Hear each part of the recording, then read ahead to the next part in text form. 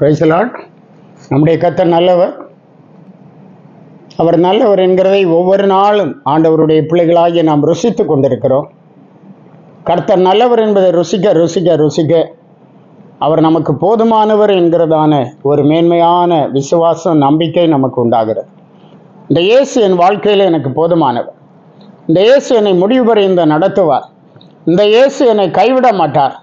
இந்த இயேசுதான் என் நம்பிக்கை. அவர் எல்லாம் பார்த்து கொள்ளுகிற தேவன் என்கிறதான ஒரு டேஸ்ட் அவரிடத்திலிருந்து நமக்கு கிடைக்கிறது என்று பார்க்கிறோம். இந்த வேளையிலே நம்முடைய தியானத்துக்காக ரோமருக்கு எழுதப்பட்டதான நிருபம் 11ஆம் அதிகாரம் 33வது வசனத்தை வாசிக்கிறேன். தேவனுடைய ஐஸ்வர்யம், ஞானம், அறிவு என்பவைகளின் ஆழம் எவ்வளவாய் இருக்கிறது. அவருடைய நியாய தீர்ப்புகள் அளவிடப்படாதவைகள், அவருடைய வழிகள் ஆராயப்படாதவைகள். தேவனுடைய ஐஸ்வர்யம், ஞானம், அறிவு என்பவைகளின் ஆழம் எவ்வளவாய் இருக்கிறது. அவருடைய நியாய தீர்ப்புகள் அளவிடப்படாதவைகள், அவருடைய வழிகள் ஆராயப்படாதவைகள். தேவனுடைய நியாய தீர்ப்புகள் மனுஷனால் அளவிடப்பட முடியாது. யோபு சொல்லுகிறான், உம்முடைய நீதி மகத்தான பர்வதங்கள் போல நிற்கிறது என்று சொல்லுகிறான். அவருடைய வழிகள் ஆராயப்படாதவைகள். நம்முடைய அறிவினாலே ஆண்டவருடைய வழிகளை நாம் அறிய முடியாது. ஆண்டவர் சொல்லுகிறார், உங்கள் வழிகளை பார்க்கலும் என் வழிகள் உயர்ந்தவைகள், உங்கள் நினைவுகளை பார்க்கலும் என் நினைவுகள் உயர்ந்தவைகள். அன்பான தேவ பிள்ளையே, நம்முடைய நினைவுகளை பார்க்கலும் நம்முடைய வழிகளை பார்க்கலும் நாம் ஆராதிக்கிற தேவனுடைய வழிகளும் நினைவுகளும், நம்மை குறித்த நினைவுகளும் எப்போதும் உயர்ந்தவைகளாய் இருக்கிறது.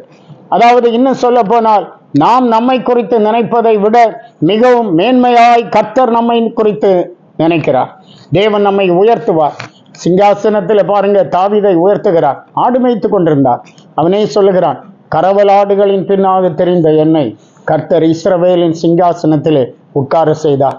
இந்த காலை வேளையிலும் கூட ஆண்டவர் உங்களை சிங்காசனத்திலே உட்கார பண்ணுகிற தேவன் என்கிறதை அறிந்து கர்த்தருக்கு நாம் நன்றி சொல்ல வேண்டும். கொலோசியருக்கு எழுதப்பட்ட நிருபம் 1 அதிகாரம் 27ஆம் வசனத்தில், புறஜாதிகளுக்குள்ளே விளங்கிய இந்த இரகசியத்தில் உள்ள மகிமையின் ஐஸ்வர்யம் இன்னதென்று தேவன் தம்முடைய பரிசுத்தவான்களுக்கு தெரியப்படுத்த சித்தமானார்.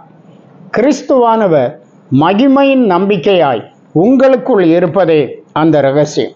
கிறிஸ்து மகிமையின் நம்பிக்கையாக நமக்குள்ளே இருக்கிறார். இன்றைக்கு நாம் ஆண்டவர் ஆராதிக்கிறோம், இயேசுவை ஆராதிக்கிறோம். எப்படி நம்ம ஆராதிக்கிறோம்? எதற்காக ஆராதிக்கிறோம்? இந்த உலகத்தில் அழிந்து போகிற காரியங்களுக்காக அல்லது மாம்ச பிரகாரமான நன்மைகளுக்காக இந்த தேவனை நாம் ஆராதிக்கிறோமா, அல்லது மகிமையின் ராஜ்யத்தை சுதந்தரித்து கொள்ள வேண்டும் என்கிற அந்த மேலான சிந்தையோடு கர்த்தரை ஆராதிக்கிறோமா? பிள்ளைகள் பாஸ் பண்ண வேண்டும், பிள்ளைகள் உயர்ந்த படிப்பு படிக்க வேண்டும், பிள்ளைகளுக்கு நல்ல வேலை கிடைக்க வேண்டும், பிள்ளைகளுக்கு நல்ல இடத்துல மேரேஜ் பண்ண வேண்டும். சிலர் இப்படிப்பட்ட மாம்சீக காரியங்களுக்காக மாத்திரம் கிறிஸ்துவை பற்றி கொள்ளுகிறவர்களாக இருக்கிறார். ஆனால் அன்பான தேவ பிள்ளையே, இம்மைக்காக மாத்திரம் நாம் கிறிஸ்துவை பற்றி கொண்டால் எல்லா மனுஷரை பார்க்கலும் நம்முடைய நிலைமை பரிதபிக்கத்தக்க நிலைமையாயிருக்கும். காரணம், அந்த ரட்சிப்பின் பலன், அந்த வல்லமை, அந்த மகிமையின் ராஜ்யத்துக்குள்ளே நாம் பங்கு கொள்ளாமல் போகும்போது நம்முடைய நிலைமை பரிதாபமாய் போய்விடும். ஆகவே அந்த நிலைமைக்கு நாம் நம்மை ஒப்புக்கொடாமல் எப்படியாவது நான் தேவனுடைய ராஜ்யத்தை சுதந்தரிக்க வேண்டும். பவுலடியார் சொல்லும்போது, நான் அந்த உயிர்த்தெழுதலுக்கு பங்குள்ளவனாகும்படி, தகுதியுள்ளவனாகும்படி நான் எல்லாவற்றையும் கிறிஸ்துவுக்காக நஷ்டம் என்று விட்டேன், குப்பையுமாக எண்ணுகிறேன் என்று சொல்லுகிறத பார்க்க. இந்த உலகம் எல்லாம் அழிந்து போகிறது, எல்லாம் நஷ்டமாக குப்பையாக எண்ணப்படுகிறது. நாம் ஆண்டவருக்காக காத்திருப்போம். கர்த்தர் பெரிய காரியங்களை செய்வாராக. தேவனுடைய ஐஸ்வர்யம், ஞானம், அறிவு என்பவைகளின் ஆழம் எவ்வளவா இருக்கிறது.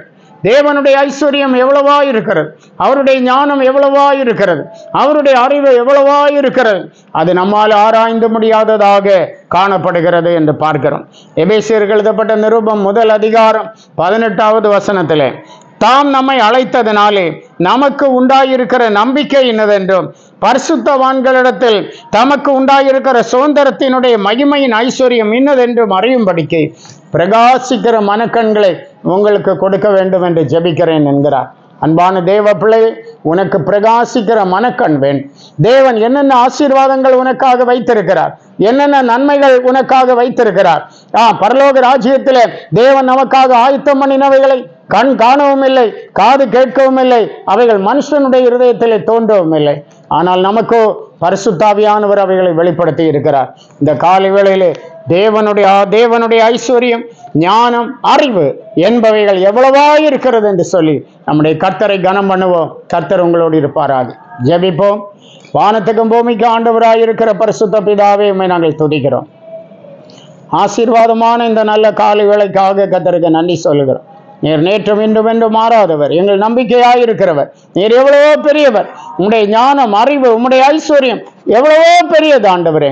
நீரே எங்களை கரம் பிடித்து நடத்தும். உம்முடைய பிள்ளைகளை ஆசீர்வதியும், கூட பலப்படுத்தும். இயேசு மூலம் கேட்கிறோம் பிதாவே. ஆமென். ஆமென். God bless you.